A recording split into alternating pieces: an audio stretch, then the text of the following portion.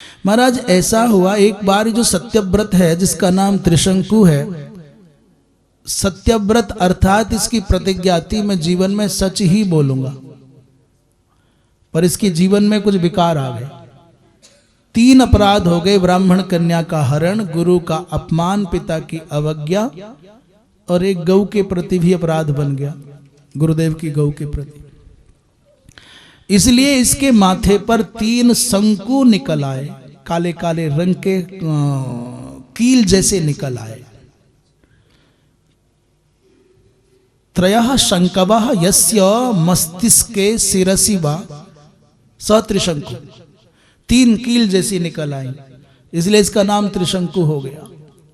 पिता ने इसका परित्याग कर दिया, जंगल में भटकता था, चांडाल जैसा जीवन जीता था।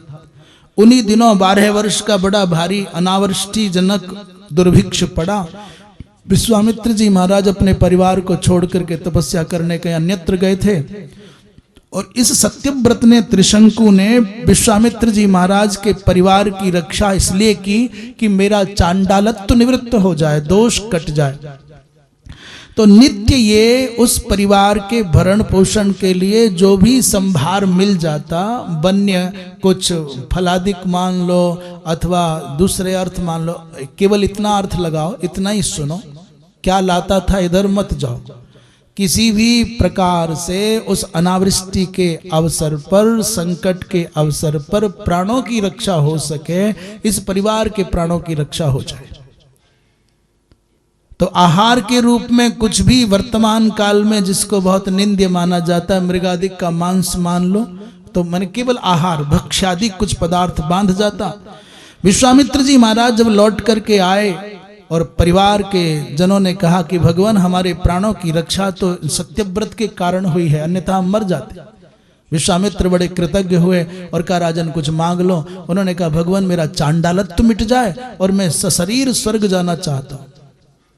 विश्वामित्र जी महाराज नए नए महात्मा बने थे और वशिष्ठ जी की बड़ी प्रतिष्ठा थी त्रैलोक्य में, इसलिए विश्वामित्र जी ने सोचा कि बढ़िया मौका मिला है, मेरे विरोधी का चेला मेरी शरण में आया है, इसे यदि मैं स्वर्गलोक भेज दूंगा तो बड़ा नाम हो जाएगा।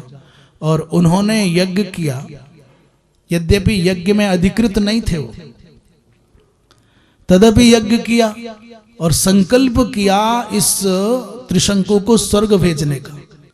जब स्वर्ग में जाने लगा तो देवराज इंद्र ने लात मार करके नीचे गिरा दिया, अरे तू तो ब्राह्मण कन्या का अपहरण करता है, तेरा गौ संबंधी अपराध है, तेने माता पिता गुरु का तिरस्कार किया है, तेरे जैसे लोग स्वर्ग में नहीं आ सकते।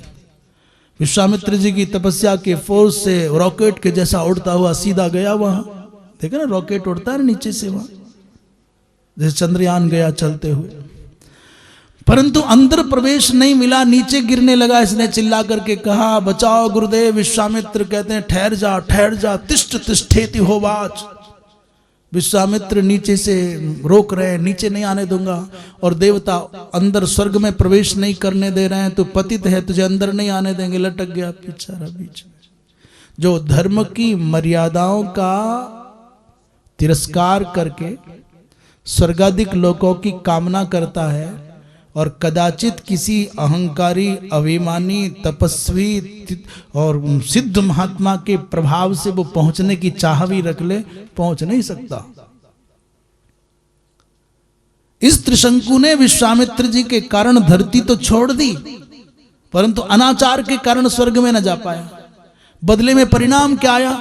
बोले उल्टा लटका हुआ है। आज भी उसी की लार से कर्मनासा नाम की नदी बनी, जिसका स्पर्श मात्र होने से समग्र पुण्य नष्ट हो जाते हैं। आज भी लटका हुआ है। विश्वामित्र जी रूठ गए, नया स्वर्ग बनाऊंगा। ब्रह्मा जी ने कहा ऐसा मत कर भाई, नई सृष्टि मत बना।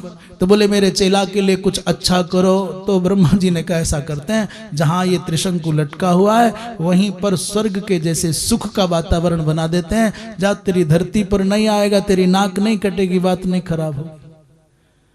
ऊपर स्वर्ग में देवता नहीं आने दें ऐसे व्यक्ति को, और नीचे विश्वामित्र नहीं आने दें, क्योंकि लौट आया तो मेरी बात खराब हो जाएगी। लोग कहेंगे बड़े बने थे सिद्ध, चेला लौट करके धरती पर गिरा, रॉकेट फेल हो गया।